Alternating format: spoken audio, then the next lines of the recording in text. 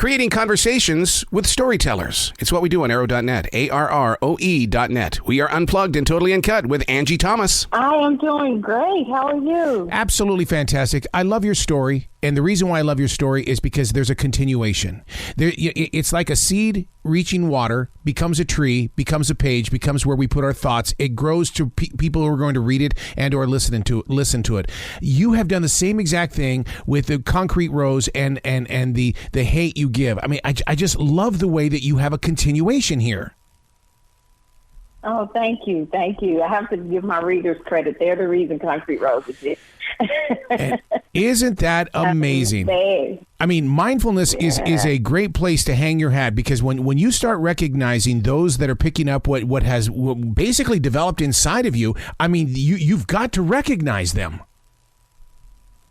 Absolutely, absolutely. And the readers led their conversations of what led to me creating Concrete Rose, their questions about the character of Maverick, and to know that they cared that much about this character, to ask me so many questions really means a lot. But for those questions and those conversations to in turn inspire me, it shows the power of books and the power of the conversation that books can create, not just for the people who read them, but for the creators who create them.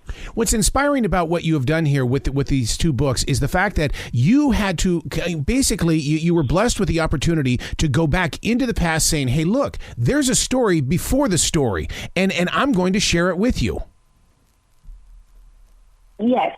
And Maverick is a character that so many readers wanted to know how he became the father and the man and the husband that we see in The Hate U Give, because we know from The Hate U Give that he has a past, that he was once involved in a gang, he was once in prison, he once sold drugs, and that doesn't necessarily line up with what people see as outstanding father, outstanding husband, outstanding community leader.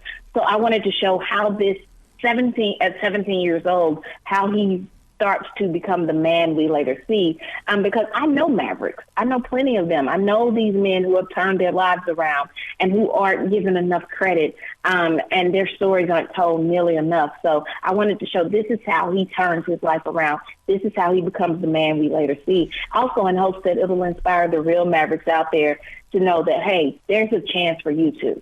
There are Mavericks out there. And don't you think that it starts with learning to listen to someone's story and get the label off from them? There's something inside their mind, body, and soul. Absolutely. You know, my books have been in a lot of conversations about, don't bring political discourse into classrooms. But when I'm sitting down, I'm never thinking about politics when I write these stories. I'm thinking about perspective. Mm-hmm. That's the word I keep going back to, but I'm thinking about the perspective that I'm presenting. And I'm thinking about the real people who will see themselves in these characters and see their real lived experiences in these characters. I'm thinking about the mirrors that I'm going to create for them, but then I'm thinking about and the windows that I'm going to create for somebody else who's not accustomed to seeing this. So it's important for me when I'm sitting down to make these people as real and as whole as possible and to present their perspective without distortion. A point of view is something that people, I think, get lost in. We all feel like that, well, what we said is the point of view, but do we understand what we're saying? And what I love about your two books is the fact that you're saying, look, get a grip of what's going on in reality, and let's have a true point of view and not an assumed point of view. Absolutely. Especially when it comes to young Black men, we make so many assumptions about them. Yep. We don't give them enough grace.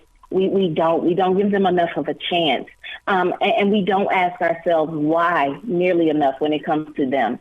We just look at the what. And as an author, specifically when writing Maverick's story and Concrete Rose, I wanted to focus on the why. Why is this young man involved in these things? Why is he in this gang?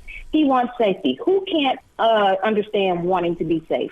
Why does he sell drugs? He wants to provide financially for his family. Who can't understand wanting to provide for the people you care about? Those are all very human feelings and very human desires. So we start looking at the human side of these situations more in real life as well. Maybe we can start focusing on changing these things so that these young people don't have to fall into these terrible decisions. And it starts with empathy. You've got to be able to understand, why is he selling drugs? How about to keep electricity on in the house? How about to keep food on the table? We have to be able to have empathy and a true understanding of what life is like on their path. Absolutely. Empathy over sympathy is my go-to. We need more empathy. It's easy to say, oh, I'm sorry that happened. It's harder to look at it and say, oh, wow, I feel it. I get it. I understand it. I know why this is happening. I understand you. I understand what you're feeling. And we are deficient on empathy as a society. And we need more of it. And I think books are a great way to fill up the empathy well a bit more. I got to tell you, as an author, when I read that both of these books were coming out in paperback, the first thing that I felt in my heart was, oh my God, she is going to reach more people. She's going to get this book into people's hands that would have walked by. That's what I hope. That's what I hope. But the big thing for me, too, is now this means that it can reach the incarcerated population as well. Yes. I've had a lot of, juvenile detention centers reach out to me, and the teachers and the librarians there are like, I'm struggling because I'm trying to print out copies using my printer. So I hope that this will be available in paperback. And now I can tell them it is available in paperback, because the real mavericks who are in these juvenile detention centers and the real stars who may be in these juvenile detention centers, they need these books now.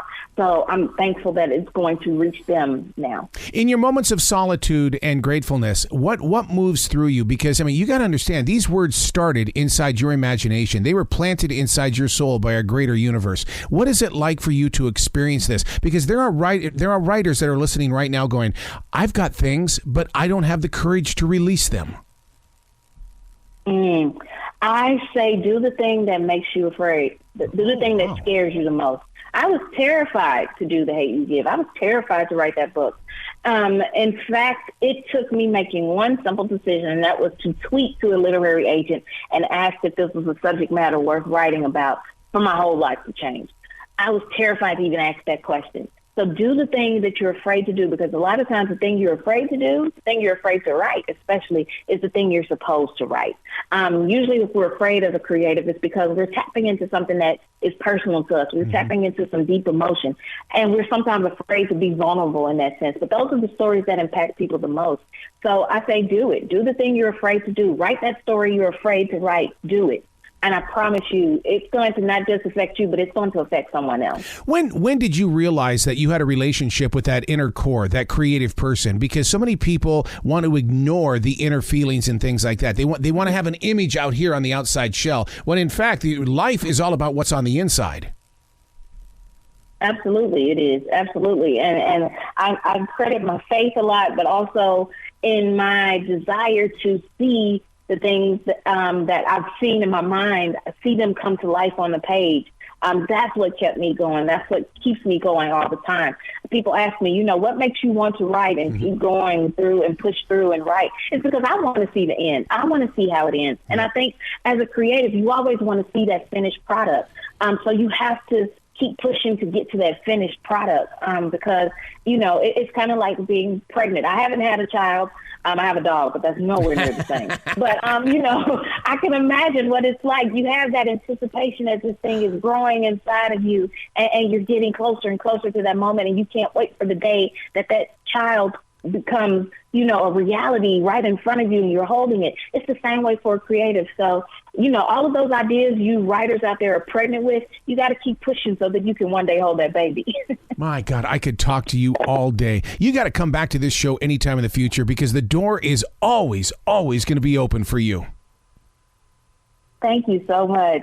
You be brilliant and keep writing, because writing really is the communication of reaching tomorrow's readers.